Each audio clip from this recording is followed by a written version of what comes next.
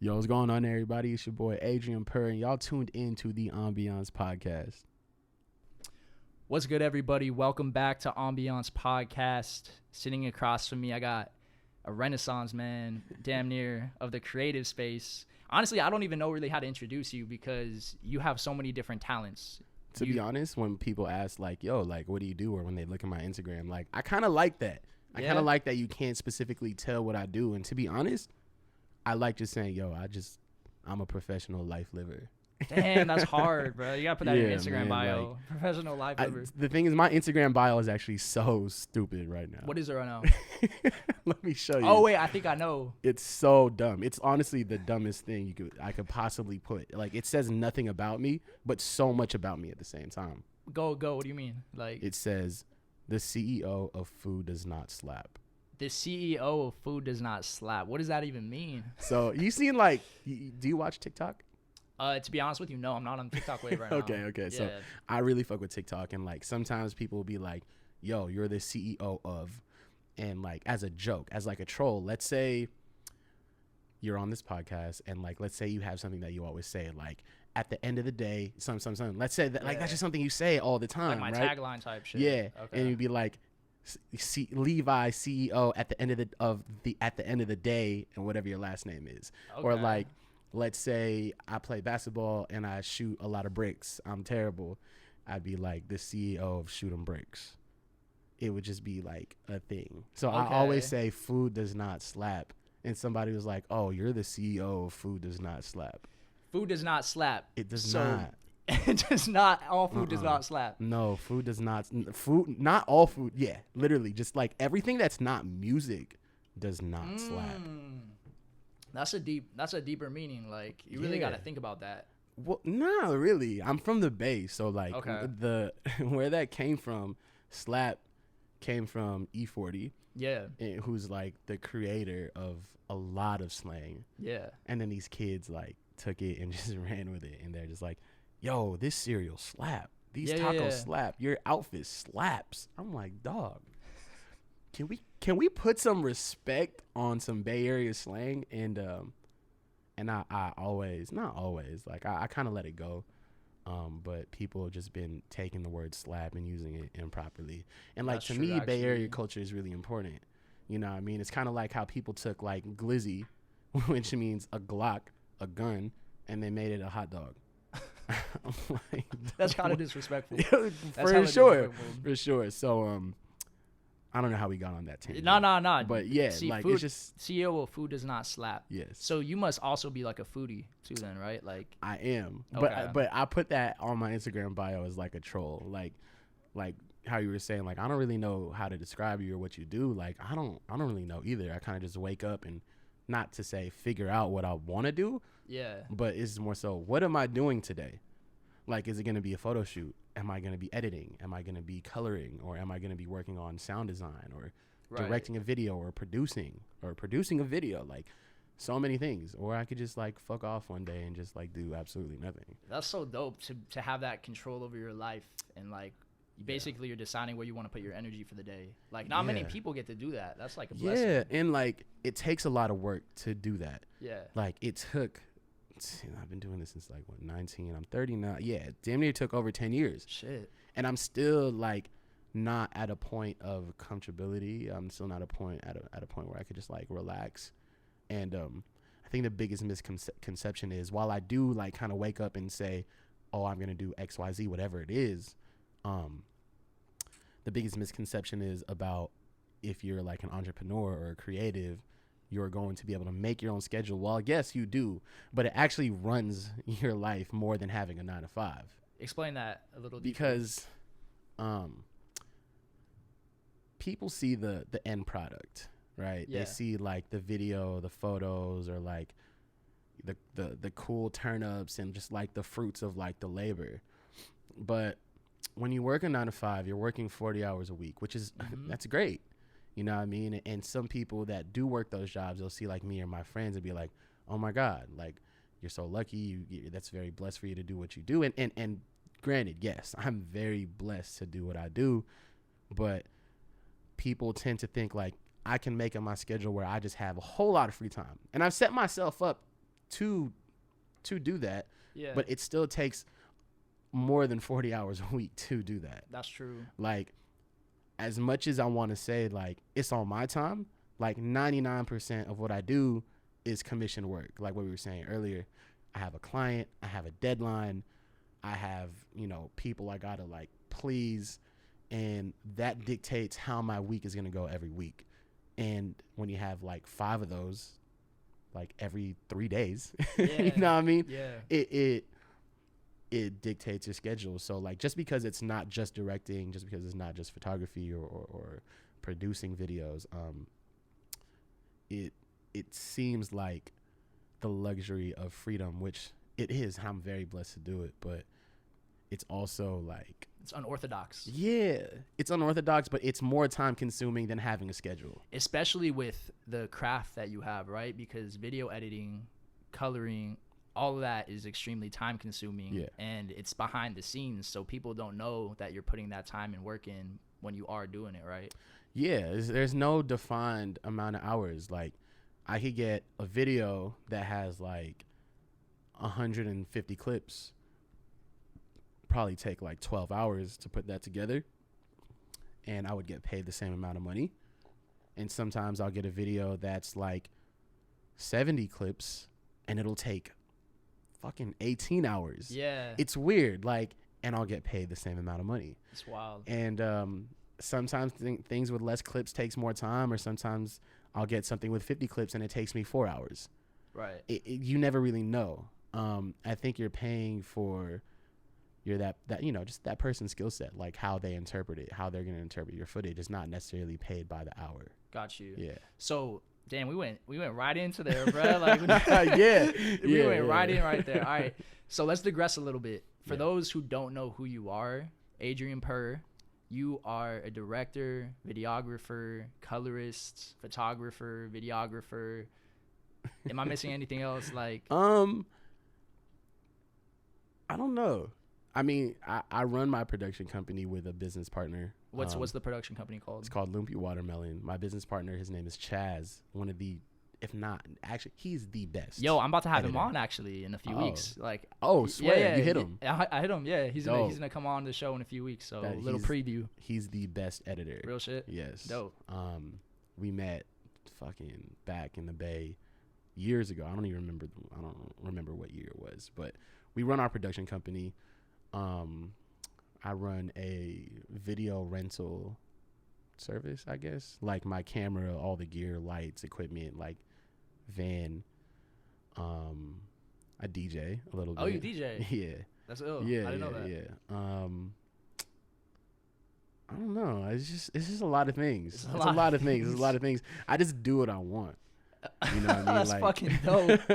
I do what I want, man. Like I love do whatever I want. But I guess if I were to give the simple answer to somebody that was like, "Yo, what do you do?" I guess I would say director.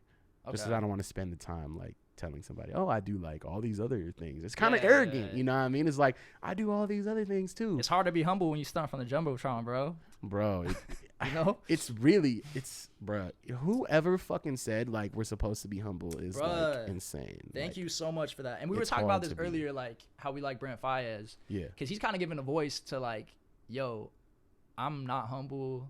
I'm like, come off as a little self-arrogant, but that's okay. Yeah, you know I think you kind of just gotta, if you're a humble person, like, and that's who you are, that's great. If you're, there's different ways of being confident or having ego. Ego's like a slippery slope. Yeah.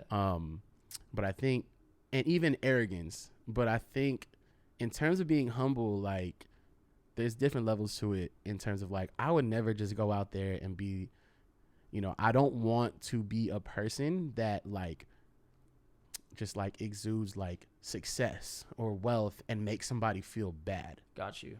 I want to do that and like uplift other people who want to be like that. Okay. And kind of like how Brent Faiyaz is like, he's talking about like, he's just unapologetically him. You know what I mean? And like, even though it's talking about like some fuckboy shit, I mean, you can kind of like reconstruct it to like whether it's, you could be like that with career success. You could be like that as a creative, and it kind of builds a confidence in you to do that. It's kind of like what Kanye did for me growing up. I just had this conversation like last night, actually, like why Kanye is still my favorite artist. Okay. Because that's a hot topic for a lot of people. Yeah, you know I mean? I'm not necessarily a fan of Kanye as like the person he is today. I'm a fan of Kanye as what he did for me as like a 13-year-old, like instilling confidence in me being so different and being told like I can't be this, I can't be that. I'm super different. I'm not a thug. I'm Asian, but I want to do like shit that people like me aren't doing. Mm-hmm. And Kanye wore the pink polo.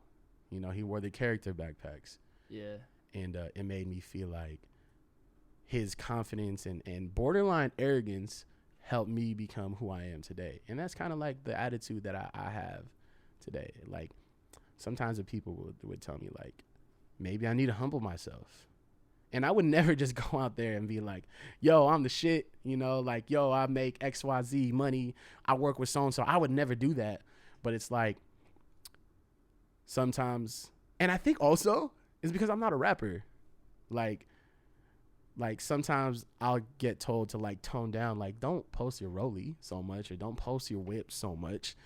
And I used to think about that. Like, what am I doing that's so wrong? I come from nothing. Yo, 100%. I want to touch on that because for me, like when I have nice things and I post them or like anything nice I have, I get that too sometimes. Like, yo, be humble. Like you don't need to be stunned on people like that. But it's like I used to not have shit. Like that's what makes me enjoy the nice things that I have so much. And can you relate to that? Like you have a lot of nice things. Like absolutely. Like you come from nothing. That's why it's so important to you. Yeah, I'm born in a Section 8 housing. You know, for 4 months, I didn't have a home. Like, I was couch surfing. One of my boys let me sleep on his couch. I was living out the whip, you know. And I dropped a video yesterday with this guy who actually, one of my favorite artists from the Bay. And I remember there were times where I didn't have a place to shower, and he would let me. And, like, I come from that.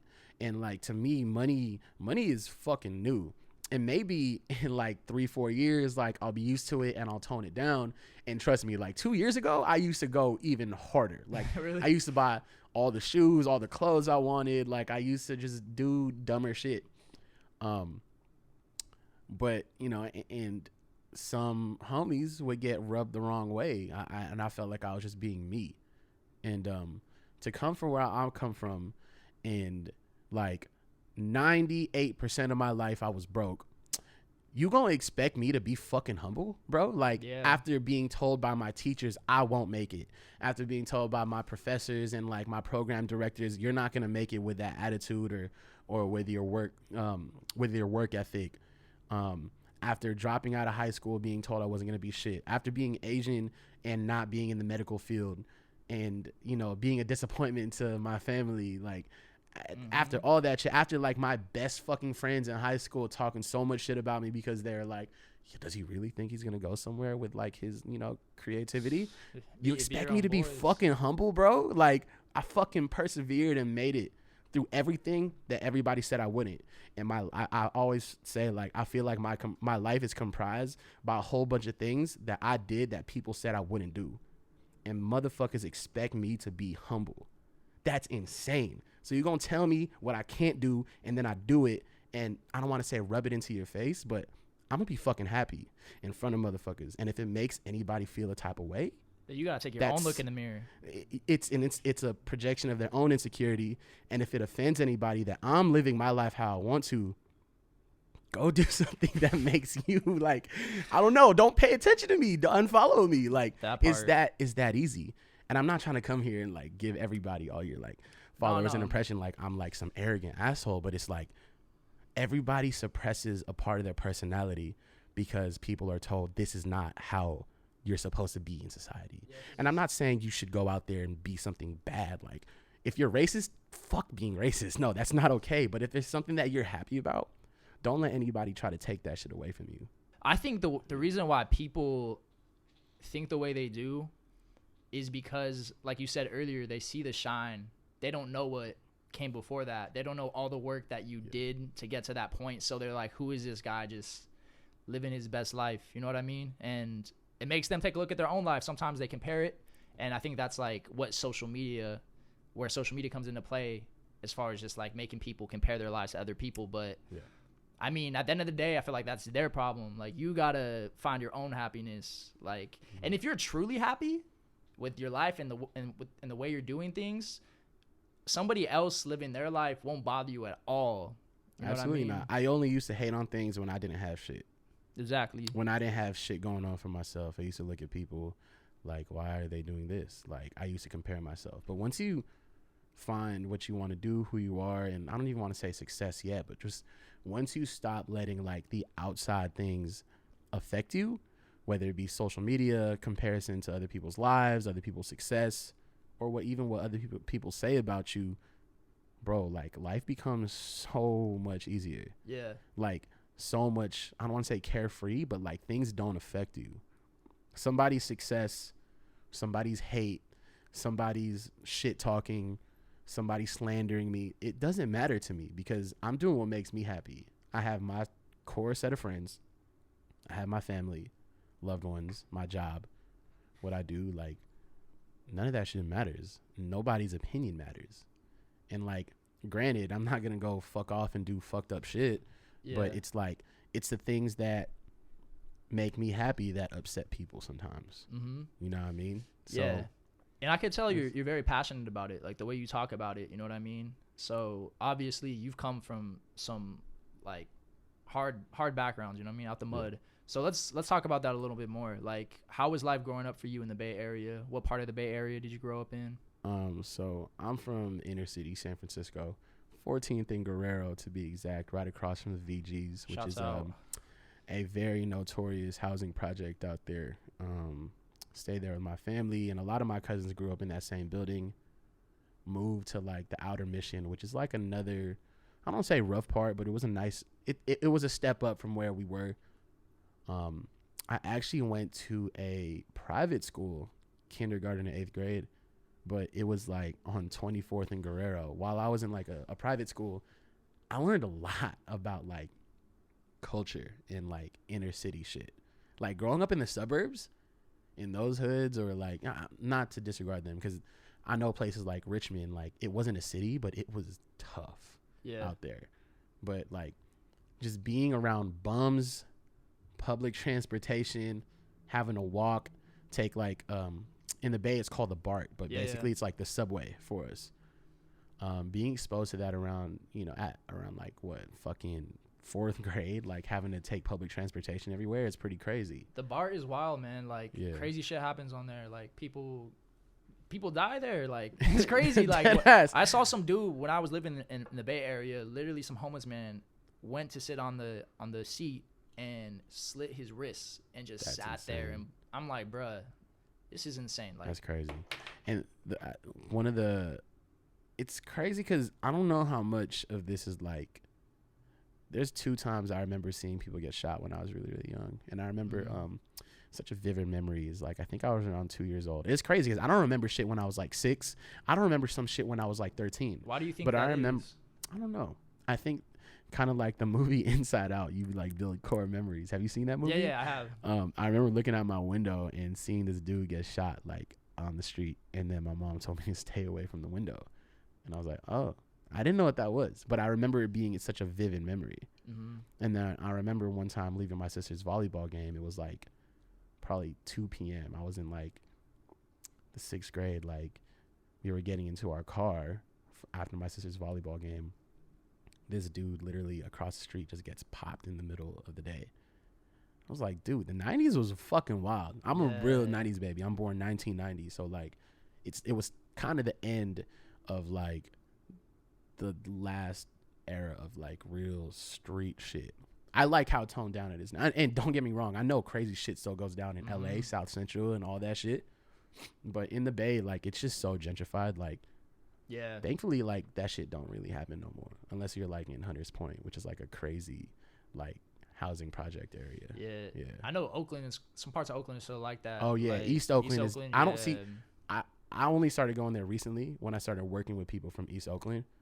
or even West Oakland is crazy. But at that point in there, it's getting really gentrified too. I can't speak on those areas because I didn't grow up there. But I know, like, yo, West and East Oakland, North Oakland, like, all that shit was insane back in the day. Yeah, man. I used to go to First Fridays when I was living over there, and some dude got his head blown off, like, while we were there, and they had to, like, back in 2018? Yeah, in 2018. I think I was there. Oh, real shit. Yeah. You were there too. Yeah. So it's like, and they shut it down for months. Exactly. They shut it down for months. I was kind of hot. I was like, fuck, bro. Like, this shit was dope.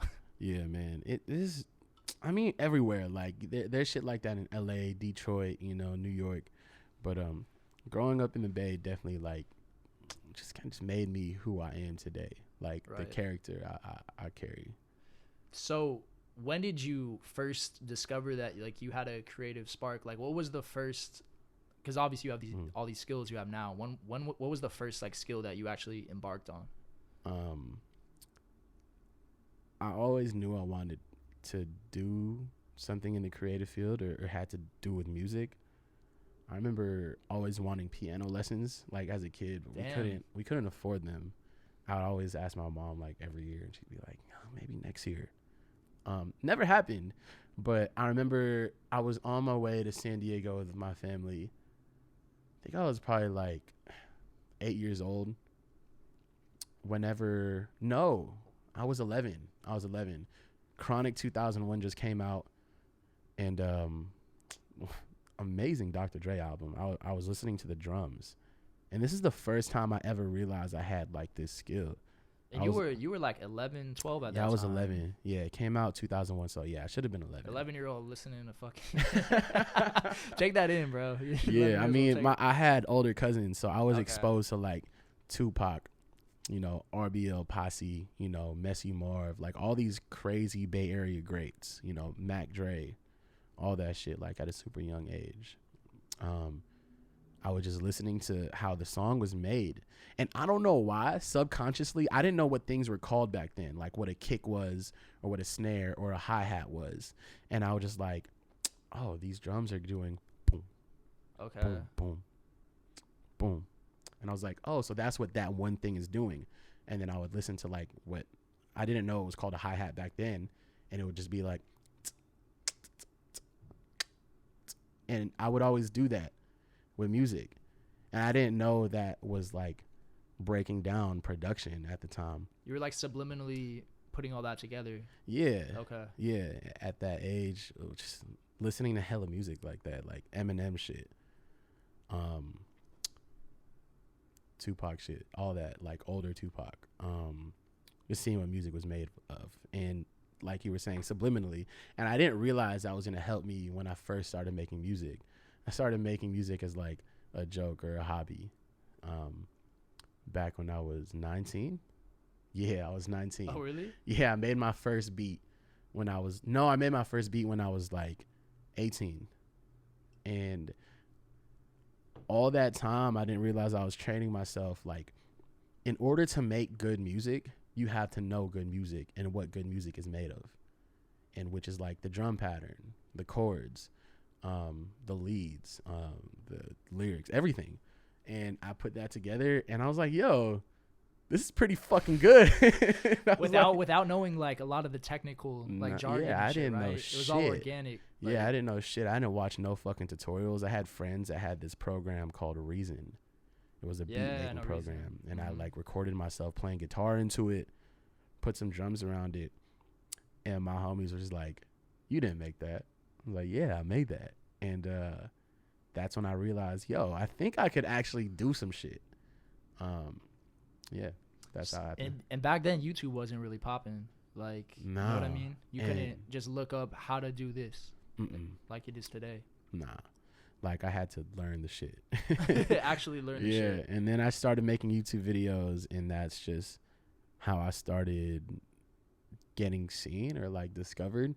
And I found other people that were making YouTube videos, started collaborating, and then I spent a good amount of years in, like, this YouTube circuit.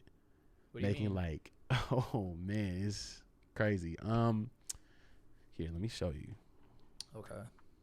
I used to do, like, little rap covers like this, remixes, and then get like millions of views. Okay.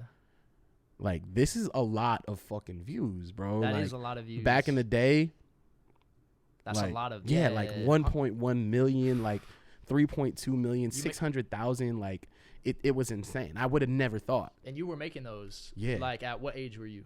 19. Yeah. That's crazy. I bought started making music videos with like my iPhone 4, and then I bought one of those flip cameras. You know those flip shit. They're called flip minnows, I think. I think so. Flip minnows. But I got like the bootleg version because I couldn't afford the real version. And then I got myself my first DSLR. I handed it to my homies or put it on a tripod. I said, yo, could you hold it like this? And I would just set it up and like embarrassingly like rap. And then I would edit them myself and put them up on YouTube. And yeah, that's how I started networking. So basically everything that you do now kind of stemmed from music at first. I mean, everything I do is because of music. Because of music. Yeah. Damn. Yeah. So since you're like not a rapper, you DJ a little bit. Like, yeah. Do you think that you love to be like tied to music in some way, shape, or form? So like a lot of the work that you do now, whether it's directing, editing, coloring, is all still tied to music. Absolutely. That's why, like, when people ask, like, are you ever going to do like a short film or like a feature film? I'm like, I don't really care. Like, I don't care to make fucking 23 million at the box office from being a director, directing like a fucking huge breakout movie. Right. I'd rather be making music videos. I also don't need that much fucking money. To be honest, I don't need to be stressing that much. I think there's like a perfect medium of how much money somebody should have. Yeah. That's dope that you're conscious of that. You know what I mean? Because I feel like people like to put other people in boxes. Like, oh, this is the next step for you, so why aren't you doing it? You know what I mean? Yeah. And that's like the same for a lot of different industries, but it's dope that like you're aware of that you don't want to go down that path, even though like the society says it's the next step for you. Yeah. Like, I would love to do it, but I'm not like pushing myself in that direction. Like, this is what I have to do. I have to make a blockbuster. Like, it'd be cool as a director if I solely wanted to be a director, but I wanted to work with music, which is like, whether it be creating a documentary for an artist or like producing music with somebody or directing a commercial for like a brand and it's heavily music influenced. I only do photo shoots with people that kind of just are in the music industry, and that's what my life revolves around, or at least like in the creative field. Obviously now, like, I have homies that make restaurants or like that are, you know, professional athletes and real estate moguls, but like to my core, like, I do everything I do now because of music. Okay. Yeah. It brought me here.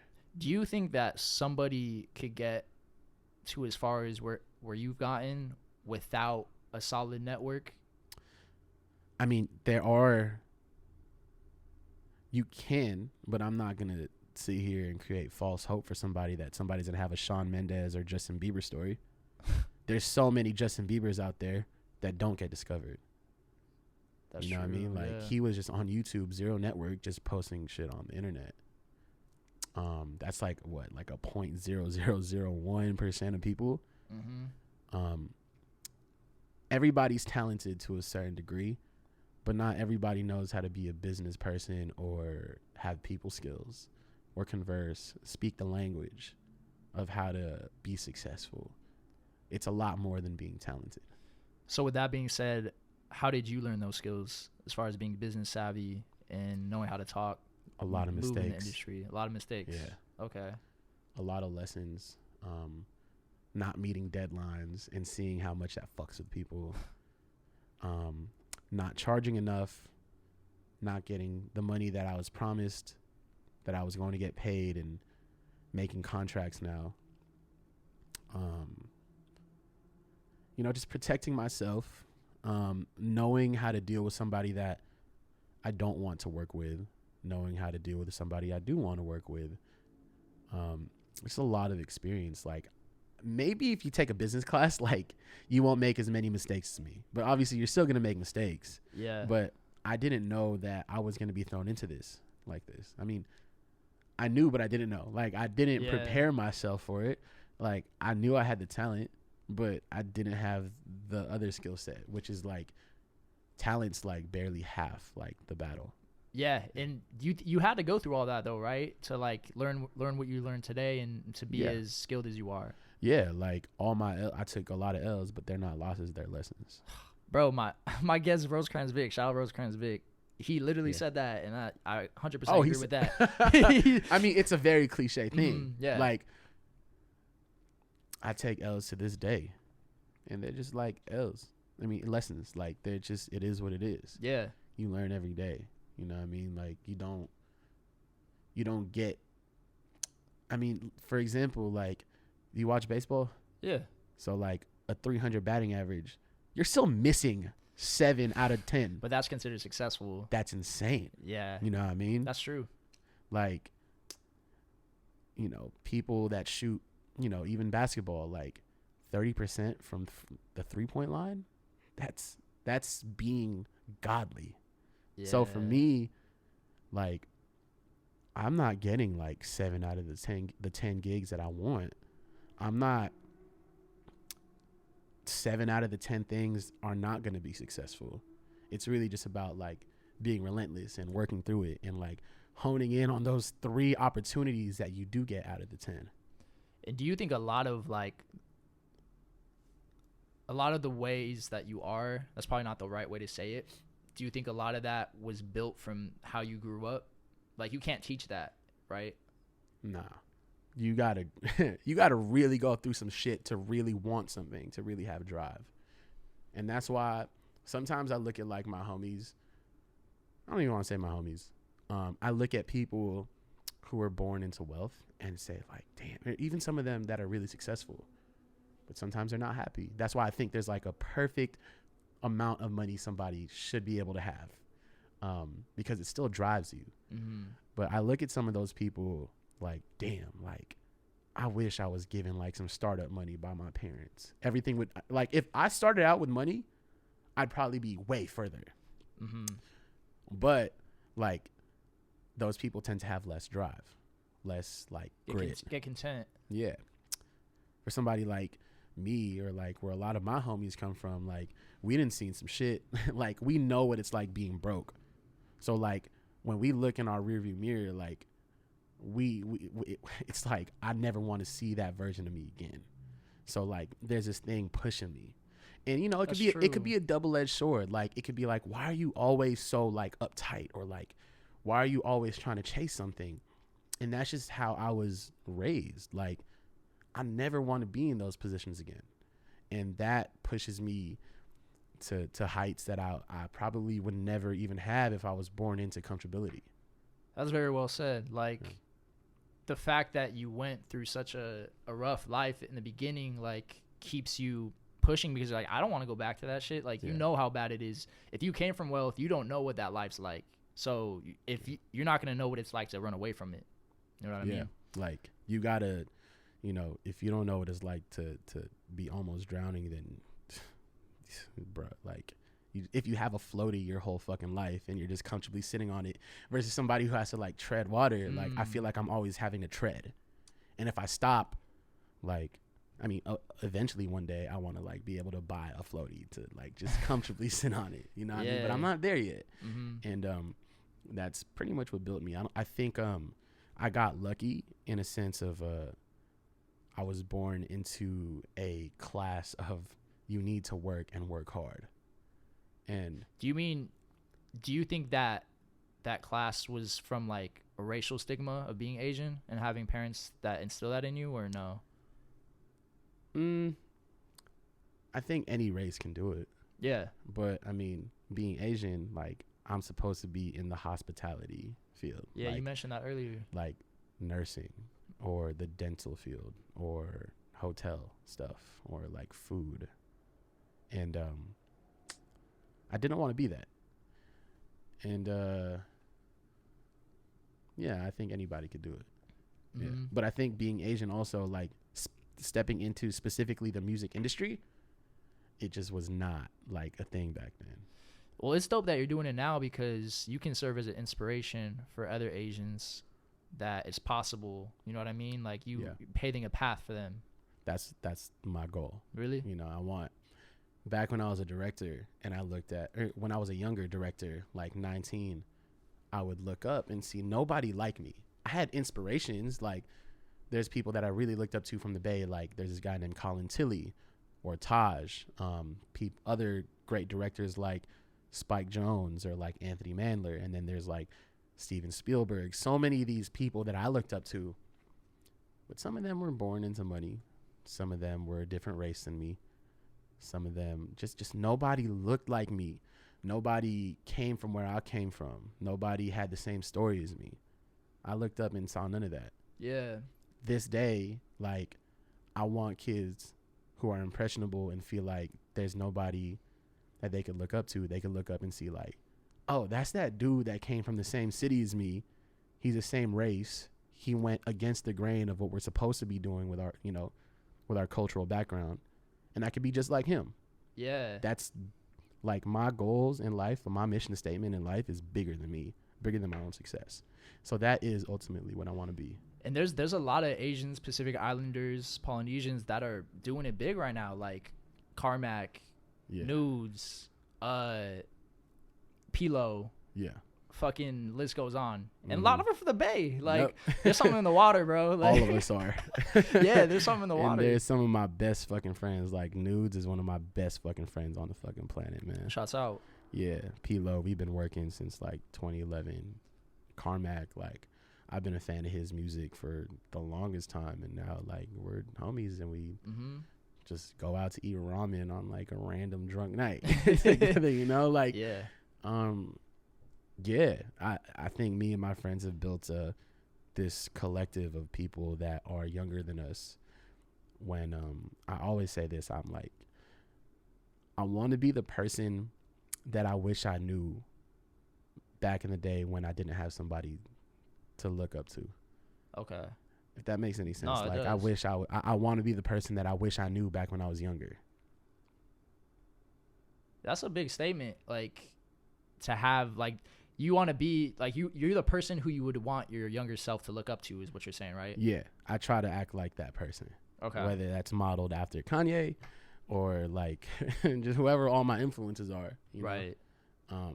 Yeah, if I was 19, I would want to look up to me. I want to act like the person who I would have looked up to when I was 19 and I had nobody. Okay. Yeah. Man, that's dope. Like, I love seeing all you guys make such a good impression for, like, the youth. You know what I mean? And thank you. Yeah, it's dope. Yeah. It's dope.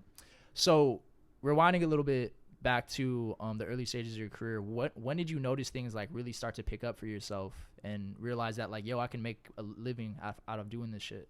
I had a couple of situations. When I started getting views on YouTube, shit was crazy. I would have never known, like, especially like being an Asian dude and fucking making music, like that shit don't happen for us. Like from those videos that you were showing me, those, okay. Yeah. And then that got me recognized by other people that were doing shit outside of YouTube. There was this dude in the Bay. His name is I Am Sue. They made this song called I Beat the Pussy Up. I can swear, right? Yeah, it's free.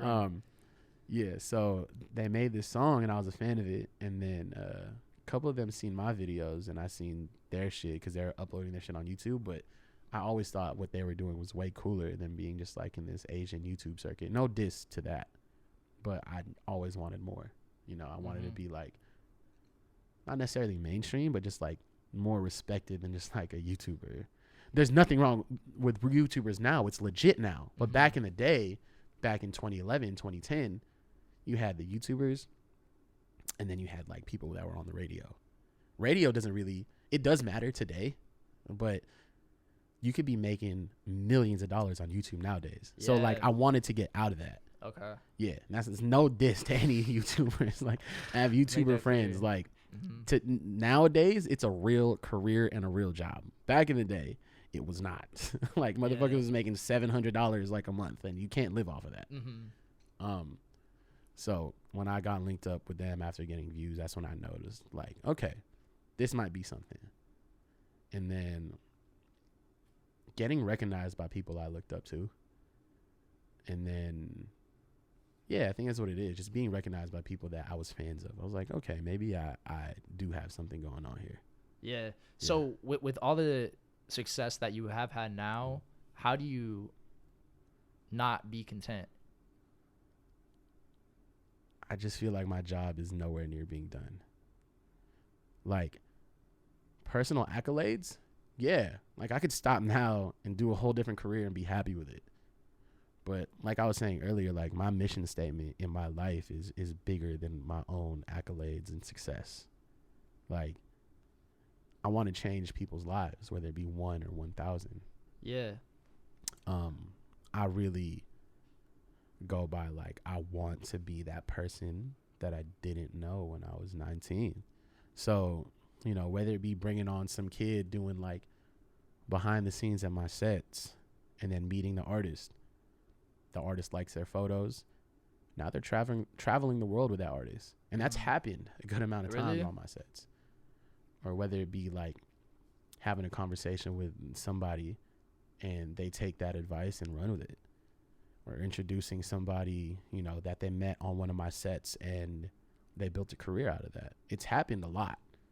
And I think that's way more fulfilling than me fulfilling my own, like, personal goals and wants. Yeah. So, like, the way I keep myself going is just knowing that I can help change somebody's life for the better, for something that they want to do. I want to give them that extra boost of network or confidence that they might not have prior to meeting me. And that happens on an every set basis. Might be every conversation basis. I don't know. It might be small, it might be insignificant, and sometimes it might be life-changing. And that's what keeps me going. Okay. Yeah. And you know what's possible. Like you said, it's happened to you before, so you know the ceiling is high as far as just, like, the amount of lives that you can touch. Yeah. With that being said, when you're making moves and moving, like, throughout the industry, do you think that, like, are you excited for the future? Because you're so young. Like, you think about it, like, you're 30, bro. Like, there's no rules as to where you have to retire. Like, there's directors that are, like, 80, like, yeah. You know what I mean? Like, you like, could, director primes aren't, like, till, like, 45 or whatever. bro, you know? so more things that I've seen, more experiences that I've gained that will help me create better art. do you think about that, though? Like, Yeah, I think about it sometimes, but, like, I just want happiness. I just want freedom. I just want love, intangible things. You know what I mean? Like, I do think about my career and I do want that, but I also think about, like, things that are outside of, like, my own just personal success. yeah. Yeah. I think about that way more. Okay. Yeah. Do you think that that mindset that you just explained right now, do you think that's changed? Like, 5 years ago, could you have said that same thing?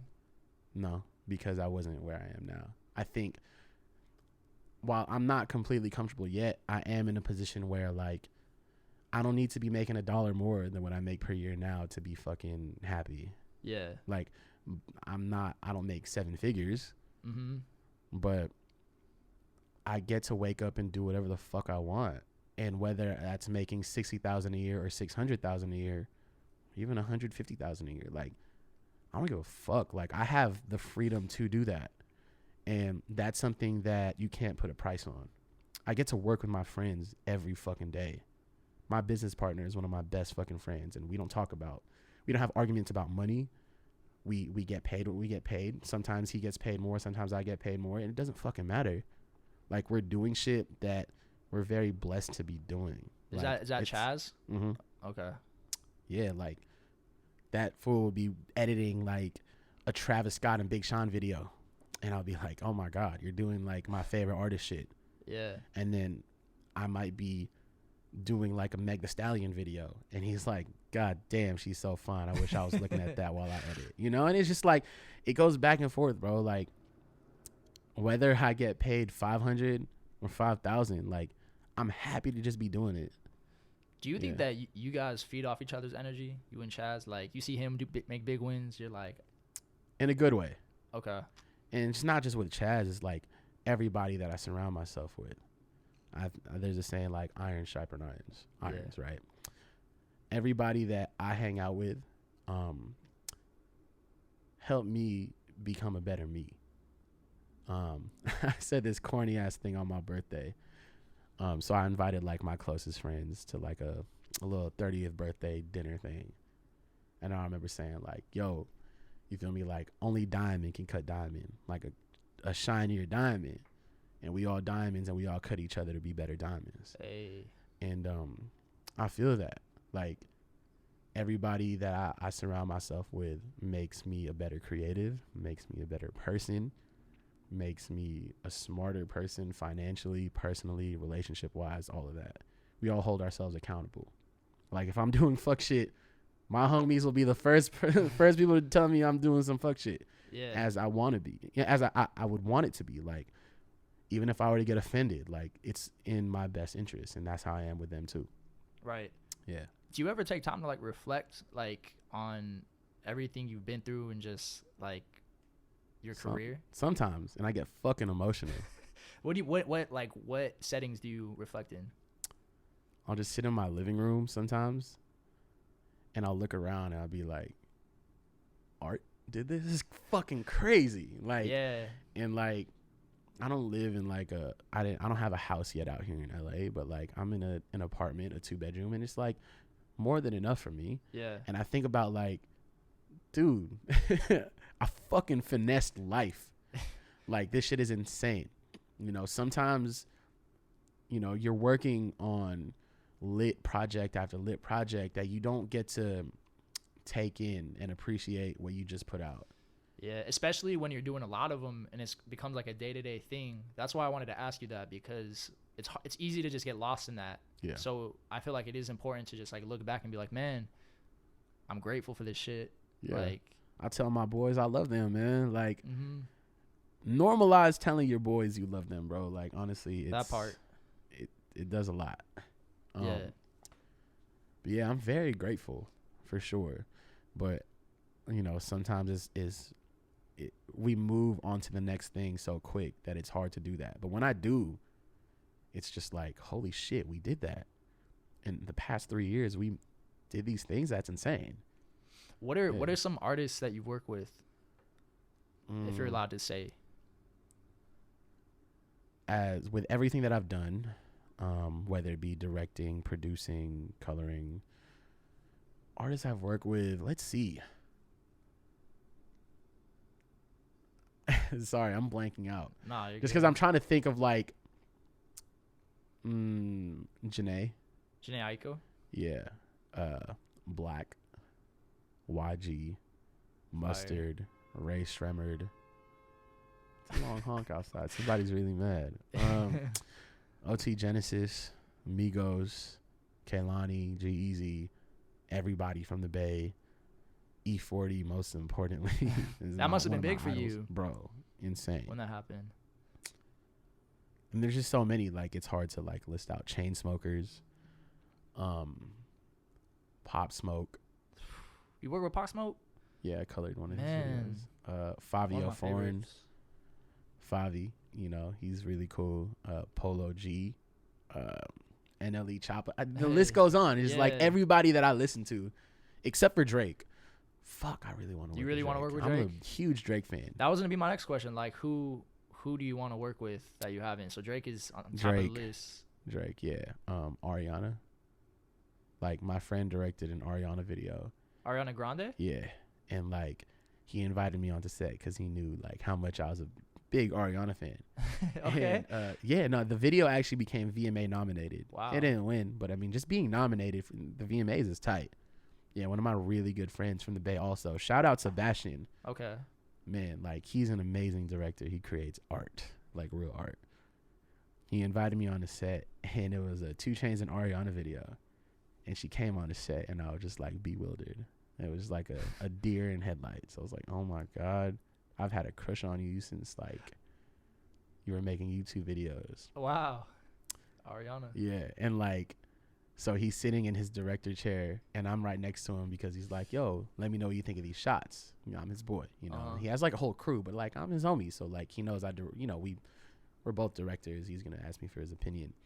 The monitor is just there, and since he's a director, Ariana is like coming up to him like right next to me, and I'm just like, oh my god, bro.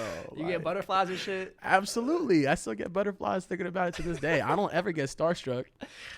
Okay. But like Ariana's been like my fucking crush for forever. Her like her attitude of like not giving a fuck. A lot of people don't like Ariana because she's like, oh, she's kind of like an asshole or like a douchebag or whatever. I was like, yo, I fuck with that. Like she's just her. You think your opinion matters to her? You think like she gives a fuck that you think like you don't like her? Like I don't give a fuck. I My think man she's Adrian defending the fuck out of Ariana. Yo, I will defend the fuck out of anybody who's happily living their life and anybody who has a negative opinion about it. Okay. Yeah, like there's so many people that like. Oh, by the way, going back to that Ariana thing. She like comes up over after each take, and one of the takes she like touches my shoulder. She's like, "What did you think?" I was like, "I thought it was amazing." Like, and then my boy was an extra in the video. He texted me. He goes, I know you ain't washing that sweater. I was like, hell no, My bro. man went to bed that night.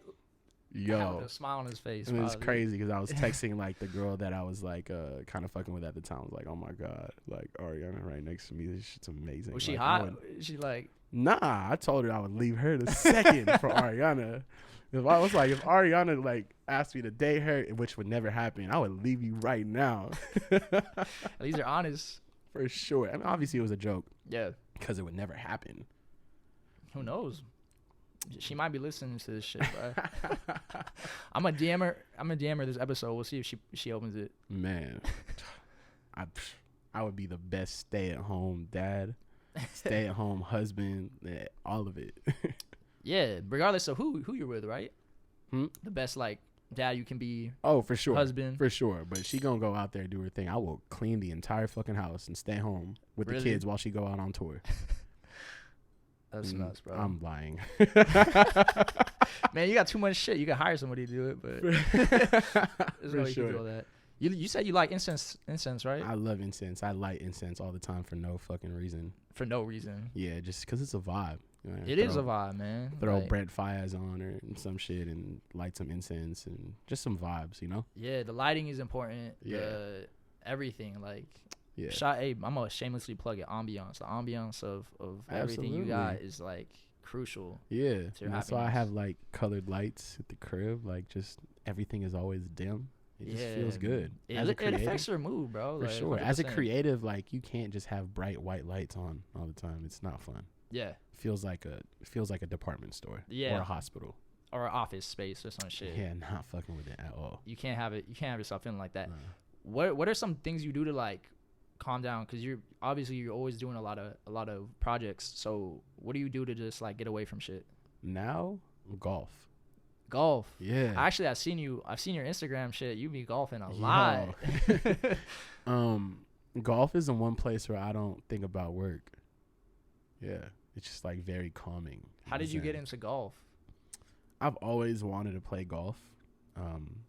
I just never had the time, or I guess like the money to just buy golf clubs or it's friends. An expensive hobby, right? Yeah, it can get expensive. It gets more expensive when you lose bets. Oh, like betting. Yeah, one of my boys that I play with, one of my best friends, he fucking dude, it's fucked up because like I started out as a better golfer. Granted, we're both still very shitty, but I started out as like the better golfer, taking his money a lot, and then he got better than me, and I'm just, and then I bet until I get the shit back, and I just keep fucking losing.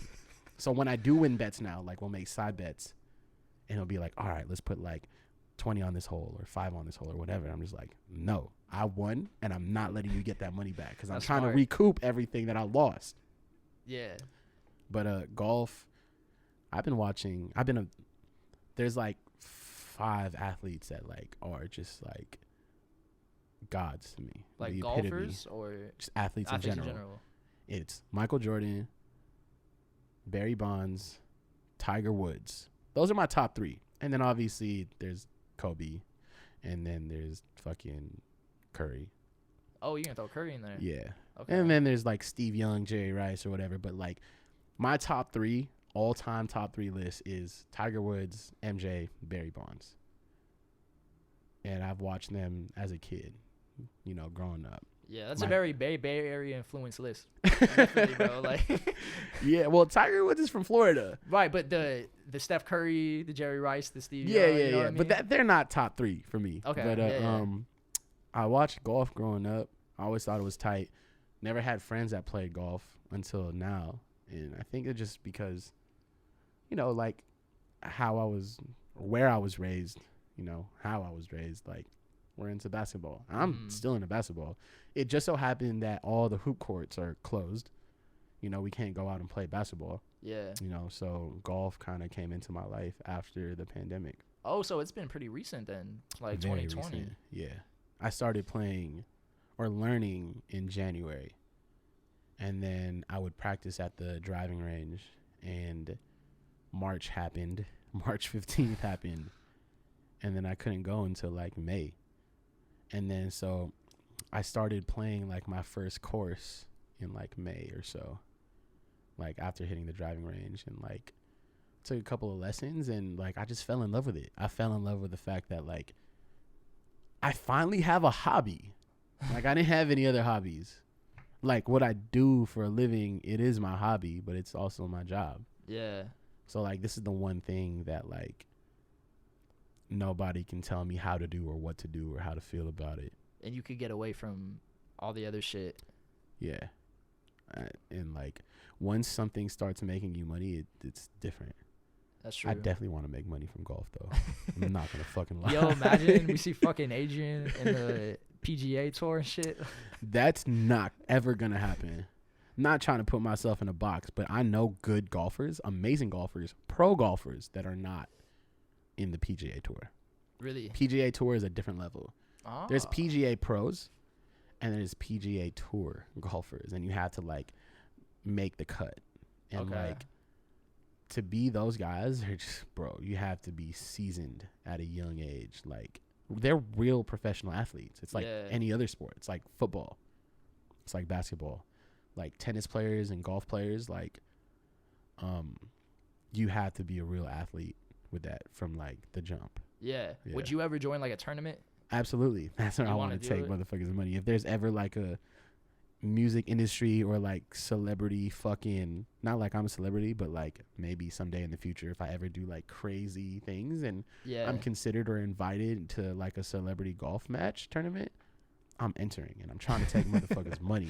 You're practicing right now for it. Absolutely. I'm playing tomorrow. We play like multiple times a week. Damn, bro. That's dope. I played golf when I was young, bro, like super young, but I just never stuck with it. I feel like it's a sport where you have to like consistently do it, right, to get better. You can't just like pick up after 8 months and just like. Yeah. Well, the thing is like you can get good quick. No, you can learn quick, but to get really good, it's a whole different beast. You gotta devote like damn near your life to it, right? Yeah. Like just imagine hitting this tiny ass fucking ball into a hole that's like this big, like 300 to 500 yards. That's a lot to take in. Like, that's not feet. That's yards. That's like multiple football fields you have to hit the ball. A tiny ass ball. And you only have about like probably a 30 to 40 yard width of like a fairway, which is where you can't hit the ball. Otherwise, it's out of bounds. You got to hit it with this tiny ass fucking club. Like, it's so gratifying to do that. Yeah. And there's a lot that comes into play, like your form, the amount of force you do with your swing. Like, there's so many factors. It's insane. Like, that's why it's so gratifying. Like, I don't like sucking at a lot of things and I'll drop it if I know I'm not going to be good at it. Golf, I started out being shitty, but I knew I wanted to get good at it. And, it's one of those things where you could like, just like everything, practice at it and get better at it. Yeah. And it's one of those things I just fell in love with and I wanted to get good at. Man, you looks like you're nice at it, bro. Like I've seen some videos, you got the swing down. Shit. Yeah, no, for sure. Like I can hang with other shitty golfers, for sure. Okay. But I'm definitely not good. Like I'm not going cap on. You just started though. Yeah. You know what I mean? You got A long journey if you stick For with it. sure. I haven't even been playing for a year. It's been like, what, May, June, July, August, September, October. Sheesh. April? It might have been April. No, there's no way that the golf ranges were open already a month after. Mm-mm. It was either the end of April or like the beginning of May, one of those things. Got you. Yeah. So, with that being said, the pandemic, you touched on it earlier. How did that affect like what you do, especially in the early stages? That first 3 weeks, I made $0. As all of us damn near did. I didn't know. At one point, every year I want to progress, not regress. And I was kind of bummed. I was like, man, this was a year like I was going to do more traveling, buy my house in LA, get my shit together more than ever. Like my trajectory was just this, right? Yeah. I was kind of bummed. And I realized I was so wrong. Like, I was like, man, this isn't going to be my best year yet. And it absolutely has been. Really? It's been your best year yet? Yeah. And not to disregard everybody who's been having trouble, but I mean, I've had my back up against a wall many times in my life, so I know how to handle these situations, and not to diss anybody who doesn't know how to handle it or handles it differently. But for me, I knew I had to adapt to what's going on. Yeah, because when it happened, I feel like it's like that fight or flight mentality. You know what I mean? It's like you could whine about it or you could do something about it and improvise. Yeah. And, I don't want to put anybody down who's still like struggling to figure out how to do it. They might have never had their backs pushed up against a wall before. They might not know how to pivot. They might not have any other skills to adapt. But I prepared my whole life. Like, I have been prepared my whole life. And I've gone through so many experiences that are worse than what I've been through in a pandemic. Yeah. Like, I've already experienced not having a bed. I've already experienced not having a shower. I've already experienced what it's like having your best friends, like, diss you or being alone.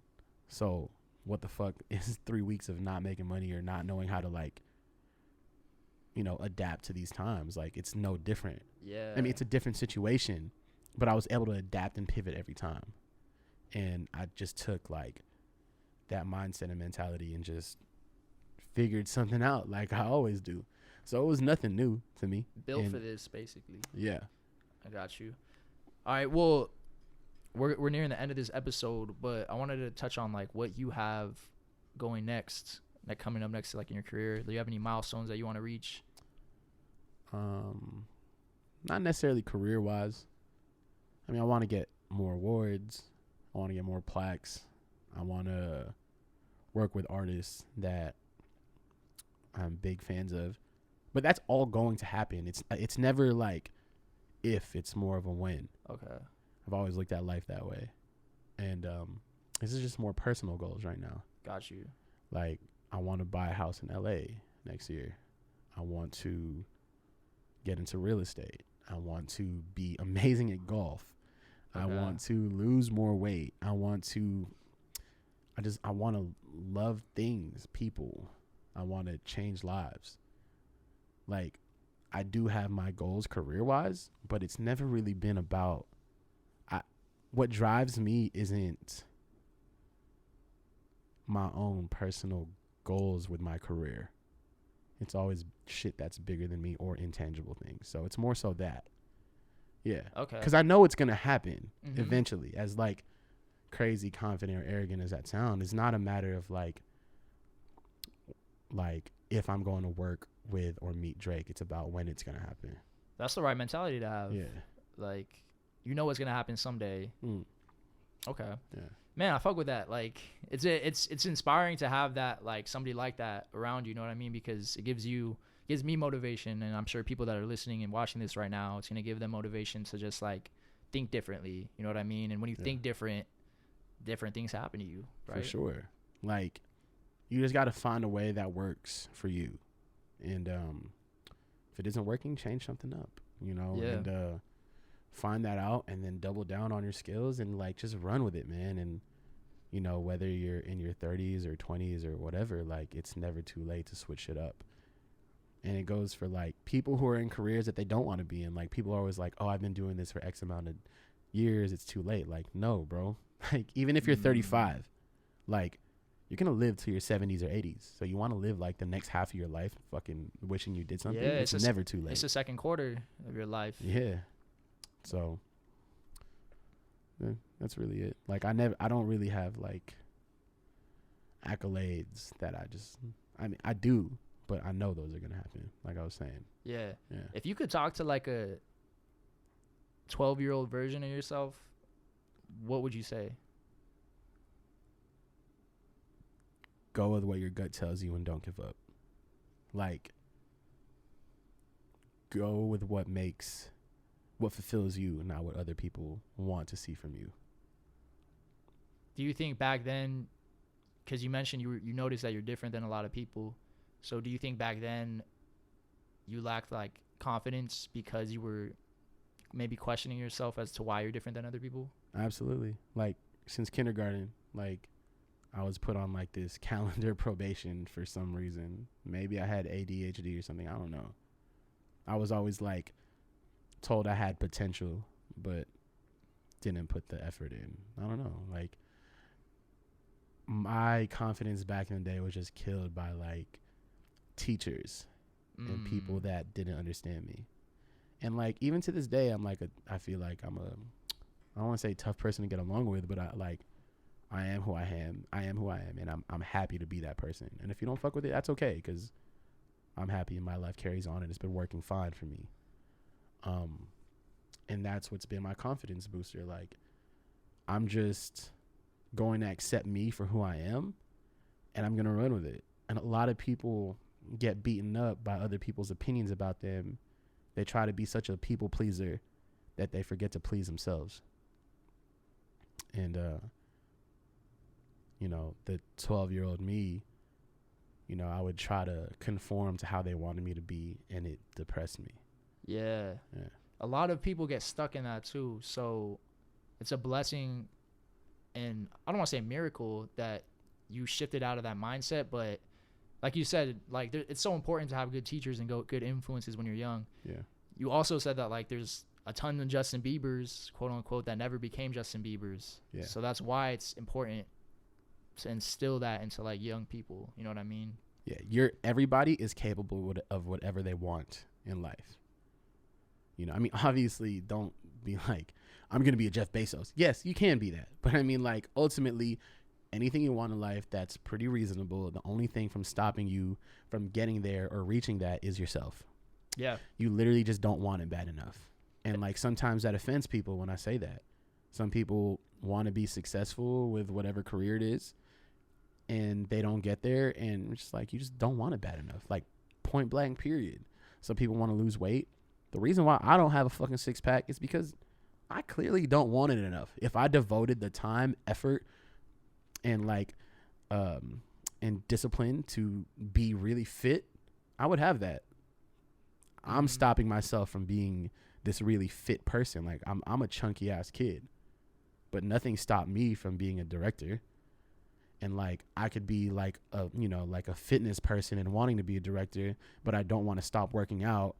And I'm, like, you know, missing this, like, big chunk of, like, this creative person I wanted to be. And there's a lot of people like that, whether it be somebody who's a nurse or somebody who's an accountant. Like, the only thing stopping anybody from doing anything is literally themselves and their mentality, because we are capable of everything. Yep. Yeah. And especially in today's world, like, there's so many resources at your display. You could go independent in so many routes, and so many people have done it and laid out the blueprint for you. Whether you have YouTube, you have Google, you have so many ways to learn what you want to do. So, like, there's no excuse nowadays to not do what you want. Literally none. Unless, I don't want to say unless. You just had to know your skill set. Like, if you want to be like an Adele, and you obviously don't sound like an Adele, you have to be real with yourself at the same time. Yeah. Like, it has to be reasonable. You know what I mean? Like, you gotta really understand who you are and be truthful. And once you have those things down, like, you could literally do anything. Like, I'm not going to say, like, oh, I'm going to be the fucking best rapper, Asian rapper. I'm going to make it. I'm going to, you know, cut through the grain of shit. Like, I can say that, but ultimately still not gonna be like taken well by most of the people. That's a good point to make, man, because it's important for somebody, if they're listening to this right now, not to go down a path that may not set themselves up for success, right? Yeah, and I'm not trying to like put anybody down with their dreams, but like, yes, we are capable of anything, but like, I know right now I'm never going to be a Drake. Like, I know what I am capable of, and that's what I'm like betting on, and that's where I'm gonna go. Yes, and sir. Now that I know what I want to do, it's like I am going to get there by any means possible. I love it. Yeah. All right, man. Let's end on that. Where can people find you if they want to follow your work on social? Just Instagram. Instagram. Really. A lot of my Instagram is linked to my work, even though it's like 75% selfies and stupid shit. Like, I like I said earlier, I like the fact that people can look at my Instagram and be like, "What the fuck does this guy do?" Like, the CEO of Food Is Not Slap. Yeah. Yo, one quick question. Who has better food, LA or SF? It's different. It's different. I mean, like, it depends on the type of. Yeah. Okay. LA burritos are trash. That's true. LA burritos are trash. El Farolitos. El Farolitos is amazing. Guadalajara and Oakland. Sinaloa in Oakland. La Taqueria in San Francisco. And like, no, it's crazy because I have a lot of LA homies and they know I say this shit all the time. Like, LA burritos just don't hit the way Bay burritos do. I can attest to that. That's all true. And like, there are some that I found that are amazing. But if we're talking about like pound for pound, like, you could find amazing burritos in the Bay everywhere. Yeah. You can't really find that in LA. I think LA has better tacos though. LA has way better tacos. Yeah. Way better. LA has, you're in Beverly Hills, you get like Nobu, you get like Manpuku, you get like so many like fine dining things out here in LA because it's like everybody lives here. Yeah. San Francisco, you get decent stuff. You get really good stuff. But I want to say the experience is out here in LA.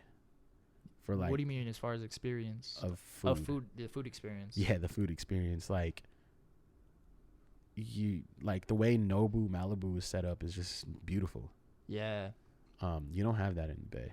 That's true. I mean, you have a lot of really good restaurants. You have like more Michelin star restaurants in the Bay, but it's not the experience like you said. Yeah, like that Nobu gives you, or Maestro's, or whatever it is. And they have like some spots in the Bay. Like there's Marimoto's, which is like basically kind of like the Nobu of the Bay. I went to recently for my birthday. It was really great. You have French Laundry in Napa, which is another Michelin restaurant. It's like really hard to get into, but it's amazing. But I mean, you would have to go to that kind of restaurant to get kind of like the experience you get out in LA that you get for like a fraction of the price just because it's everywhere here. Yeah, that's a good way to put it. Yeah. Yo, man, I feel like we could probably make a whole nother podcast on just food. We definitely can. Especially, it's been a good time talking to you, man. It's definitely. And I don't know if you want to plug this too, but you talked about having a podcast coming out soon, right? Or yeah, you'll catch that on my Instagram if anybody wants to see it. Like, you see everything that I'm doing on my Instagram. It will be up there hopefully in the next few weeks. Okay, keep an eye. Yeah. If you like this episode, man, check his shit out because obviously he has wisdom, he has knowledge. Thank you. And he has some dope homies, so I'm sure you're gonna have them on too, right? Yeah. Exactly. All right, Adrian, I appreciate you coming on, bro. This was amazing. I had fun, man. It was a good talk. Yes, sir. For AP Levi, Ambiance Podcast. Yeah. We out.